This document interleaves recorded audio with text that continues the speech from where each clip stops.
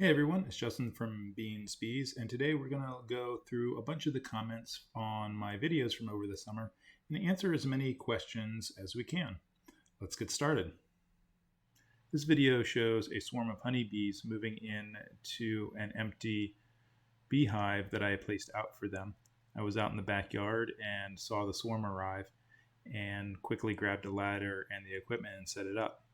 Janice asks if they stayed, and they did.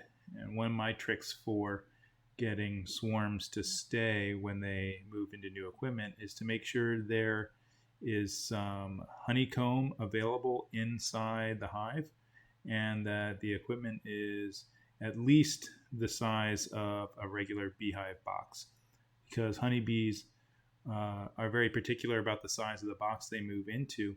And if there's already comb there, that's a lot less work that they have to do to start a new hive. And it makes them much more likely to stay. So in this video, we're looking at a queen cup. It's a structure that the honeybee workers will build in case they need to raise a queen in an emergency. And Lisa asks, what is the point of destroying the queen cup? Curious about bee husbandry. And that's a very good question. Beekeepers will often destroy a queen cup to look inside to see whether it contains an egg or not. If a queen cup does not contain an egg, we usually say that it's unloaded, which means that the honeybees are just practicing and there is no problems going on in the hive.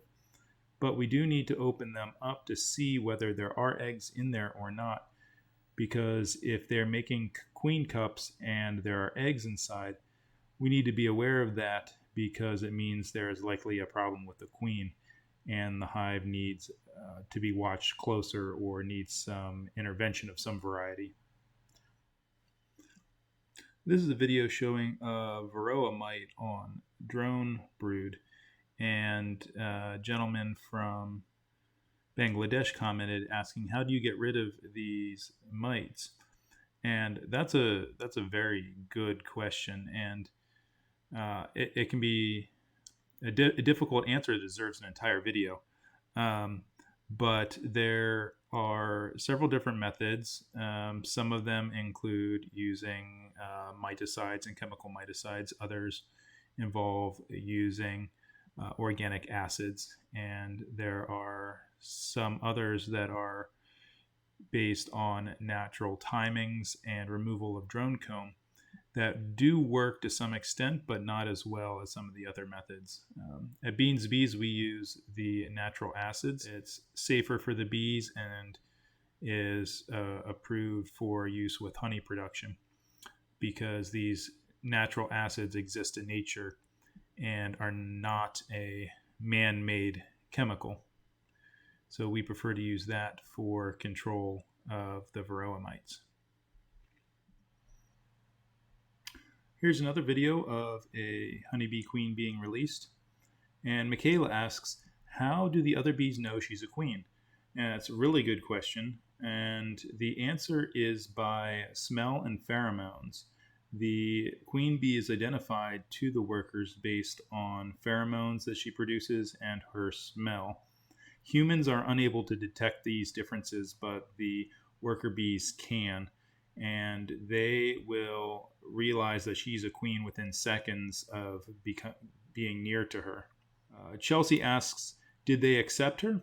And while it's not shown in the video, this queen was accepted, and she did move into the hive and took over and is doing very, very well.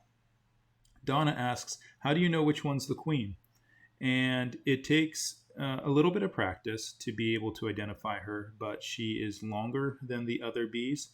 And in this case, I've already marked her with a dot of red paint. So you should be able to see a dot of red paint on the top of her, what looks like her head. Even though it looks like it's her head, it's actually on her back.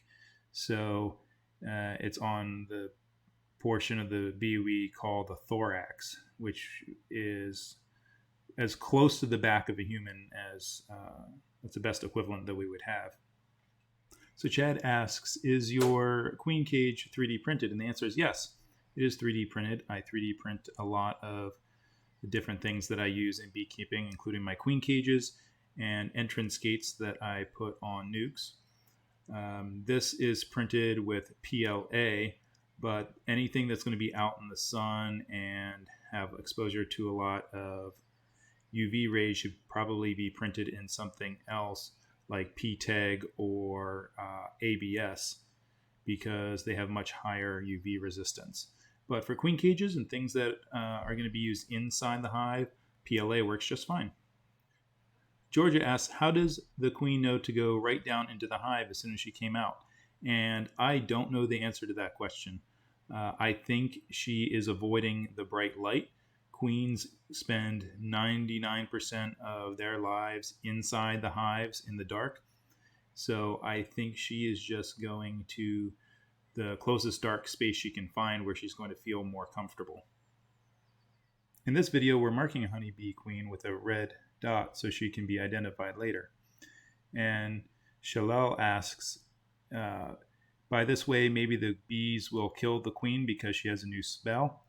And that's a good question, because honeybee workers do identify and recognize their queen based on smell and pheromones. So the thought that the smell of the paint may interfere with their recognition of her is a very good question.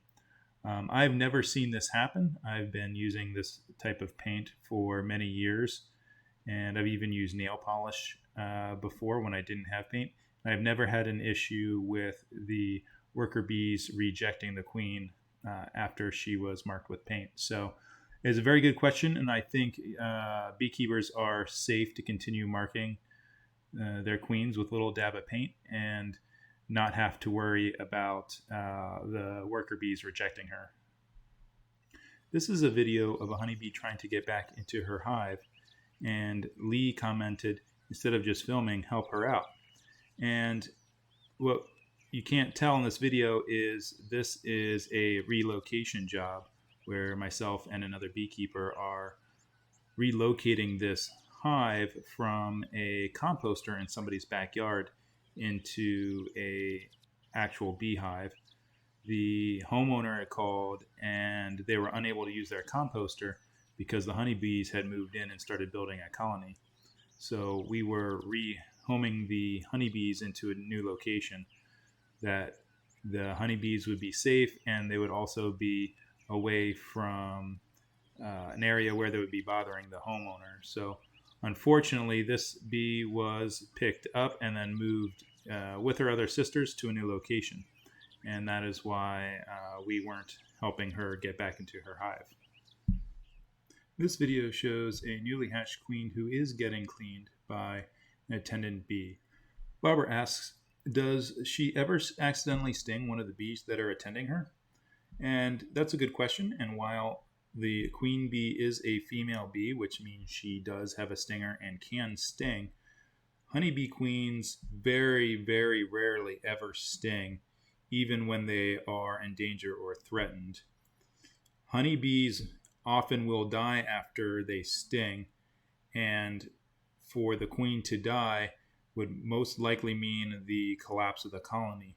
So for the most part, honeybee queens just try to run away or escape whatever is causing them distress rather than to engage and be aggressive.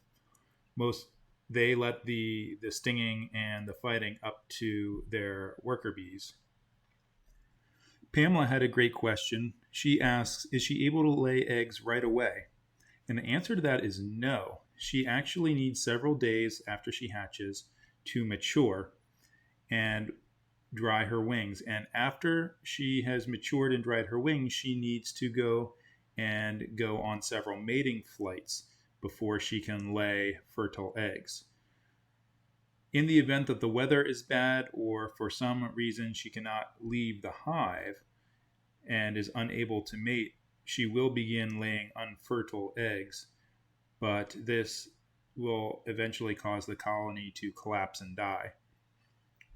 The new queen has about a 10 to 14 day window in which she is receptive to mating, but after that period of time, she will no longer be able to mate and will unfortunately be unfertile for the rest of her life.